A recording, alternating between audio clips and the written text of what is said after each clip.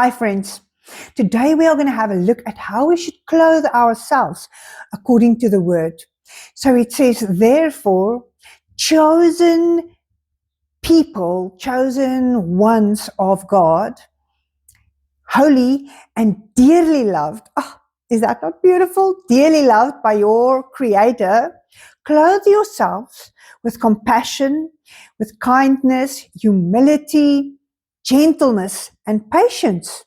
And then it says, if there's anybody that you need to forgive, forgive them. But this last part, listen to this.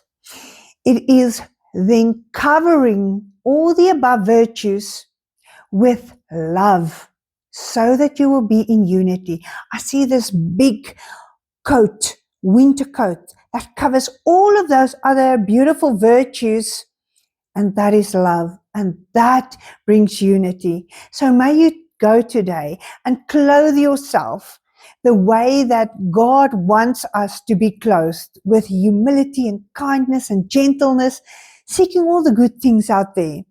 I'm looking forward to sharing this verse with you, should you not know where I found this in our fantastic Word of God. Until next time.